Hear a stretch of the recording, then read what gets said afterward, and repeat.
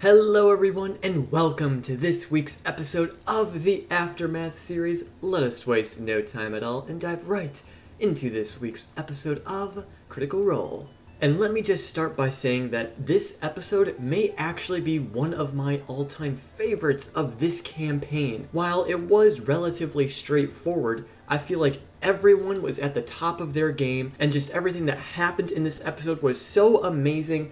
The role-playing was on point, the encounters were absolutely spectacular.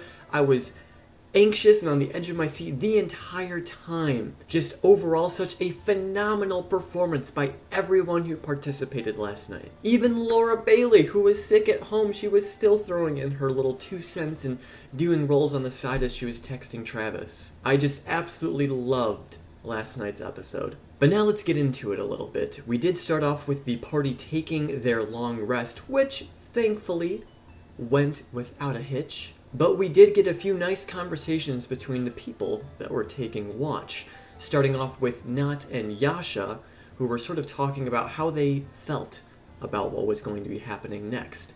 And Yasha and Nat both showing fear and a little bit of anxiety about the unknown.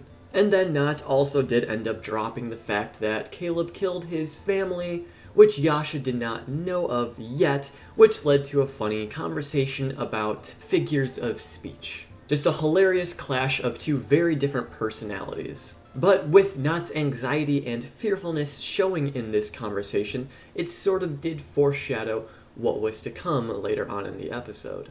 And then we had Bo and Caleb taking watch. And Caleb brought up the topic about what awaits them on the other side. Not necessarily what's on the other side of the bridge, but what's on the other side of life. What comes after? Bo is too focused on the tasks at hand and worrying about the events of this life than to really want to think about what comes after. And Caleb, understandably so, is a bit worried about what awaits him in the afterlife, considering his difficult past. He wants to know what punishments await him after he's passed this lifetime.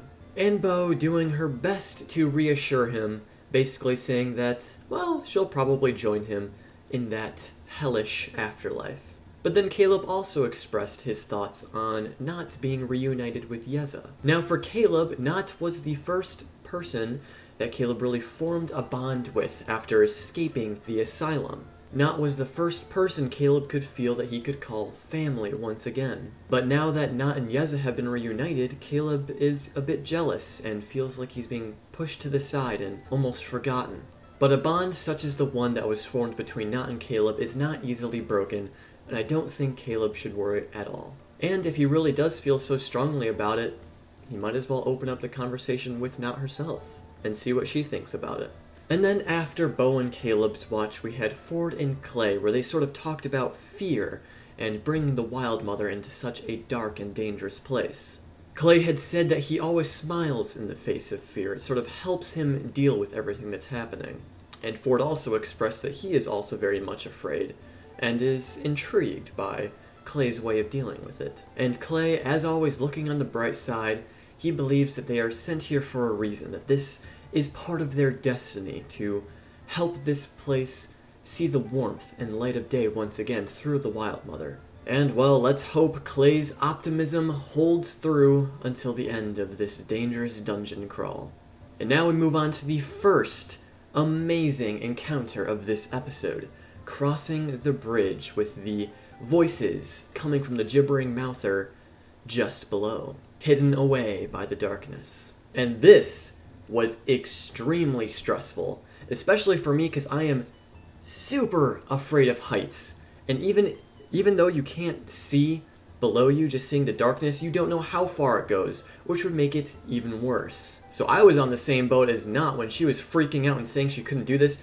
I would not be able to do that. I would be in tears, crying, breaking down, having a mental breakdown, a panic attack, the whole spectrum. I would not be having a good time. So kudos to the party for having iron wills and being able to traverse such a bridge. And as the party were going across this bridge and stealthily trying to make their way through, I caught myself holding my breath and being as quiet as possible. I didn't want to make any noise. I didn't want to be the reason that they got caught. And then, to make matters worse, a frickin' roper was climbing along the ceiling and began to attack them and lift them up with its tendrils. I didn't think this scenario could get any worse, but Matt, being the mastermind that he is, decided to throw in a little bit of a spice into this bridge encounter. And oh man, did it make it far more interesting than it already was. But luckily, through the use of the banishment spell on the roper, they were able to quickly cross, but not before Not had cut herself from the rope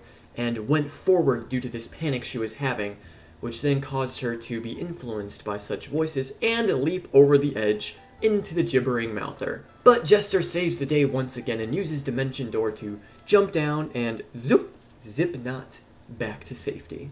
I didn't realize about 2 hours had gone past until Matt called for the break.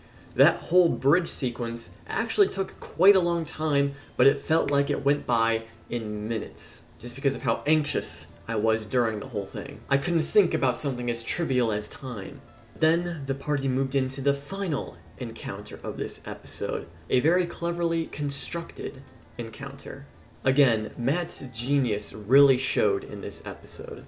Hallways filled with mirrors and a crystal glacier barrier blocking the way to the next room.